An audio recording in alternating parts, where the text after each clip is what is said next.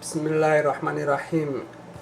daawadayaasha qiimaha iyo qaayaha leh ee wadani t v la xiriira waa barnaamij aan idinkaga soo duubnay walaaca wadani t v uu ka qabo maamulka Ismaaciil Cumar Geele.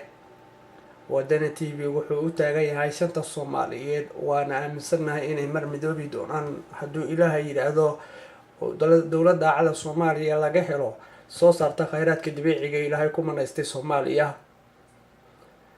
haddaba mudaharaadkii sanadan bilowgeeda ka dhaxayay Jabuuti ee lagaga soo horjeeday Ismaaciil Cumar Geele,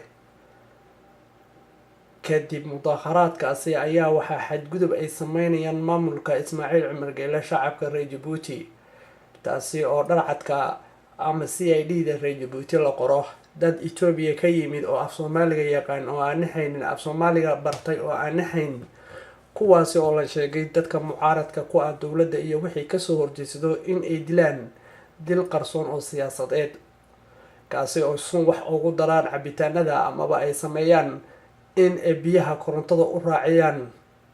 dadyow kasoo qaxay oo soo galay dibadahan ayaan rabnaa inaan waraysiyaal la yeelano oo qaybta saddexaad aan idinkaga soo dayno, taasi oo cabsi ku beertay shacabka reer Jabuuti, dhammaantoodna ay kasii baxayeen Jabuuti. cuqaalada iyo inta kasoo horjeedaba cabsi darteeta oo ay ka qabaan CID-da dharcadka xadgudubka xuquuqda bini-aadanka ee ay sameynayaan Ismaaciil Cumar Geele maamulkiisa.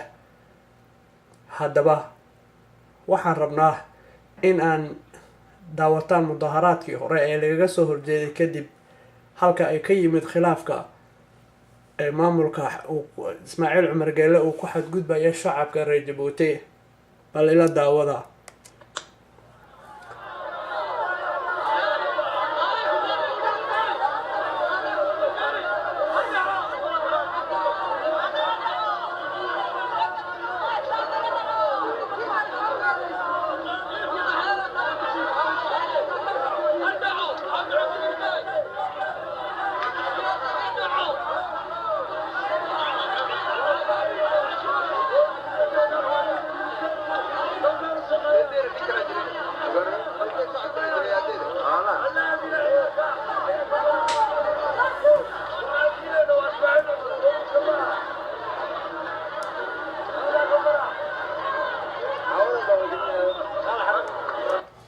mudaharaadkan oo lagu diidan yahay Ismaaciil Cumar Geele, kadib markii mudaharaadkaasi uu dhammaaday ayaan waxaa dhacday in hadda cabsi weyn ay qabaan dadka reer shacabka. haddaan nahay anagu wadani t v shanta Soomaaliyeed shacabkeeda waa ilaalinaynaa, umana ogolin in wax dhibaataa loo geysto. Ismaaciil Cumar Geelena waxaan xasuusinaynaa fiidiyowga aan tusayna dhaartay Juun 10-keedii uu maray ee kitaabka qur-aanka gacanta baalaha ugu geeyay uu leeyahay dalkayga iyo dadkaygaba daacad baa u noqonayaa. taasi oo rabno bal inaan xasuusino si ay u daayaan cabsida CID-da ay ka qabaan shacabka reer Jabuuti oo maalmahan dilkooda soo farabatay, kuwaasi oo walaacan ka muujinayna haddaan nahay wadani t v. mahadsanidin. qaybta labaad oo dhaartii Ismaaciil Cumar Geele ah ayaan idinkugu xijinaynaa. waa kan waata xafladii dhaarta markii loogu daray May 10-keedii 5 sano dib inuu u xukumo ayaa xafladii aad daawanaysan, taasi oo raba inaan markhaati ah idinkaga dhigo dhaartii uu maray dalka iyo dadka kitaabka qur-aanka kariimka ah halka uu ka maray oon dib u xasuusinayna haddaan nahay wadani t v.com. daawasho wanaagsan.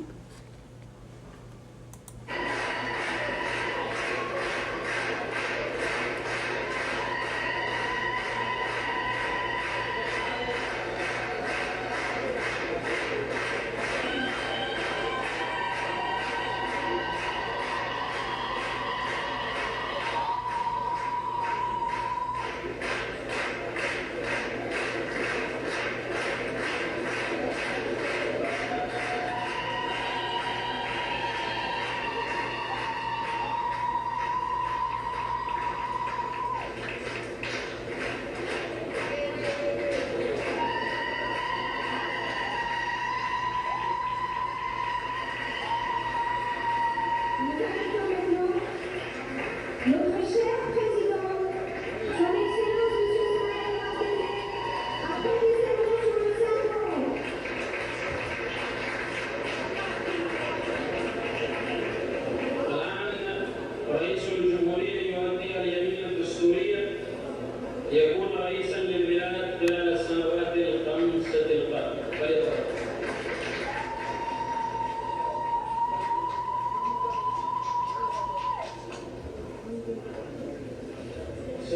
بالله العلي العظيم أن أكون متمسكا بكتاب الله وسنة رسوله، وأن أحافظ مخلصا على النظام الجمهوري، وأن أحترم الدستور والقانون، وأن أرعى مصالح الشعب وحمايته رعاية كاملة، وأن أحافظ على وحدة الوطن واستقلاله، والله على ما أقول شهيد.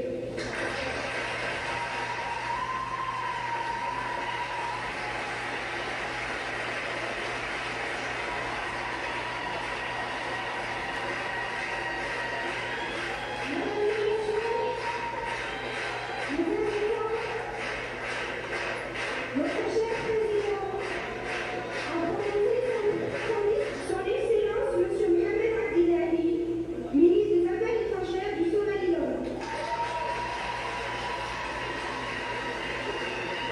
xafladan oo ahayd xaflad ballaaran oo kulmisay madax ka socotay wadamo kala duwan oo caalamka ah ayaa ka mid noqotay xafladaha taariikhiga ah ee soo mara dalka jamhuuriyadda jabuuti, taasi oo maanta si rasmiya loogu dhaariyey madaxweyne ismaaciil cumar geelle inuu mar saddexaad hayo xilkaasi loo igmaday. ugu horreyn guddoomiyaha golaha sare ee dastuurka dalka jabuuti axmed ibraahim cabdi ayaa mar kale ku dhawaaqay in madaxweyne ismaaciil cumar geelle yahay madaxweynaha dalka jamhuuriyadda jabuuti oo shacabkiisu mar saddexaad soo doorteen. madaxweynaha dalka jabuuti mudane ismaaciil cumar geelle ayaa la guddoonsiiyey bilad sharaf, kadibna waxa uu kitaabka qur-aanka kariimka ah saaray gacanta midig, isaga oo sheegay inuu daacad u ahaan doono dalkiisa iyo dadkiisa. madaxweynaha dalka jamhuuriyadda jabuuti ismaaciil cumar geelle oo khudbad dheer halkaasi ka jeediyey dhartaasi oo aan rabnay inaan xasuusino waxaa ogsoonataa shacabka reer jabuuti ee ka baxaya jabuuti kana baqaya dilka qarsoon ay geysanayeen dharcadka reer jabuuti inay tahay dhibaato kugu soo maqan oo mudaaharaad kaa keeni karto. isku day xukuumadda sida sharafta leh ee qiimaha dimuquraadiyadda ee lagu doortay in berri shacabka haddii ay kasoo horjeesadaanna aada iyadana u dhigto oo aad kaga tagto. haddii kale aqoon-yahaniinta iyo dhammaan indhalgaradayaasha ka baxaya jabuuti ee walaaca ka muujinayo dharcadka reer jabuuti, dharcadka dowladda dharcadka ah, maamulka madaxweynaha jabuuti ismaaciil cumar geelle iyo dharcadkiisa sida qarsoon ay u dilahayaan mucaaradada iyo cid kastoo kasoo horjeedsato waa dhibaato kugu sii maqan oo ultimo un ku keeni karta in kursiga aad ku weydo. mahadsanidin, waa anaga oo walaac ka muujinayno maamulka dowladda jabuuti ku xadgudubta xuquuqda aadamaha ee dharcadka. asalaamu calaykum waraxmat ullaahi wabarakaatu.